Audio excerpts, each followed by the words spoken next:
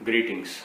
Today I will be talking about Colossians 1:29 up to Colossians chapter 2 verse 4. You could read these verses before you watch this video.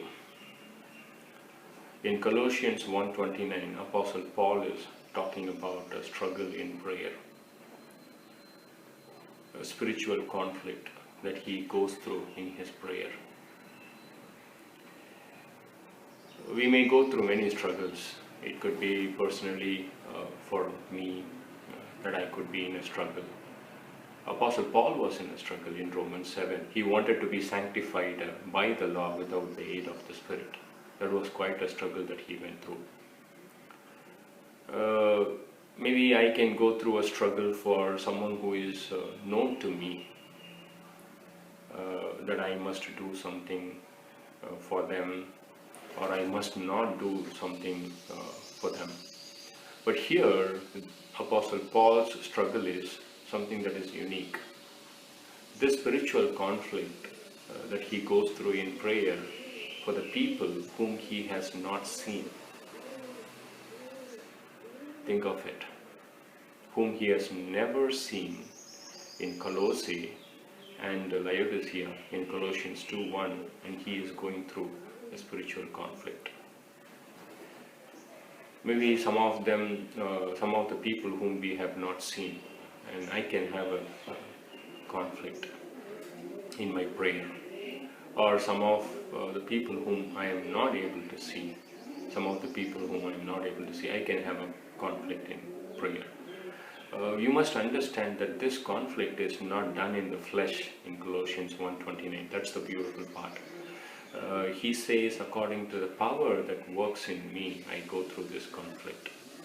So that's an encouraging thought that these prayers can be done. This conflict can be passed through by the power of the Spirit of God. Why is this spiritual conflict that Apostle Paul is going through? That is for only one reason. That's mentioned in Colossians 1:28. That the believers should seek their perfection in Christ. Wow. Because you and I can be misleaded to see our perfection in our performance. You and I can be misleaded to see our perfection in someone else's appreciation. You and I can be misleaded to see our perfection in our standard. But the only way to see our perfection is in Christ. By the grace of God. That's Colossians 1:28. And then he says, for this purpose I really agonize. It could be like how Jesus went through in the Garden of Gethsemane in Luke 22 verse 44 in his prayer. Or it could be like entering through a narrow door, right? And so entering through a narrow door, you are squeezing yourself to get through. In Luke chapter 13 verse 24, you are kind of like agonizing to get through. That is the same word that is used here. So that's about the struggle that I wanted to mention a bit. And the second thing is his prayer is very beautiful in Colossians 2:2. He is praying for three things. Number one, that their hearts needs to be encouraged, right?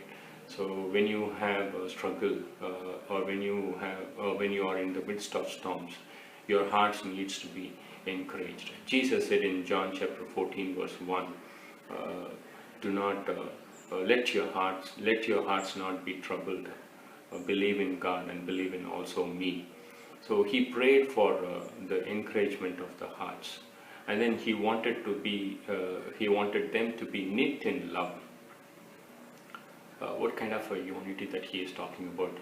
This unity is not something that is organizational, but this unity is something that is organical.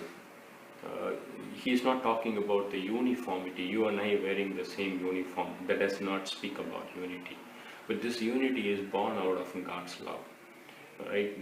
The love that I have for my child, and there is unity. Love that I have for my spouse, there is a unity. This unity is born out of God's love, and he is mentioning that unity, and he is praying for it. And finally he is talking about the riches that comes out of full assurance of knowing the mystery of God and mystery of Christ. That is the third thing that he is praying for. What is this mystery all about? This mystery is all about Christ in you, right? And so in Ephesians 2:12, Apostle Paul mentions you were without Christ, and in this verse he is saying, Colossians 1:27, Christ in you is the hope of God's glory, right? And so Christ in me, think about it, is the hope that I would be glorified one day. Or you can see it in this way, Christ in me is the hope that I am being glorified in 2 Corinthians 3:18. Sometimes I may not have the power to change myself, but Christ in me is the hope for me to be glorified from glory to glory. So let's learn to see our perfection in Christ.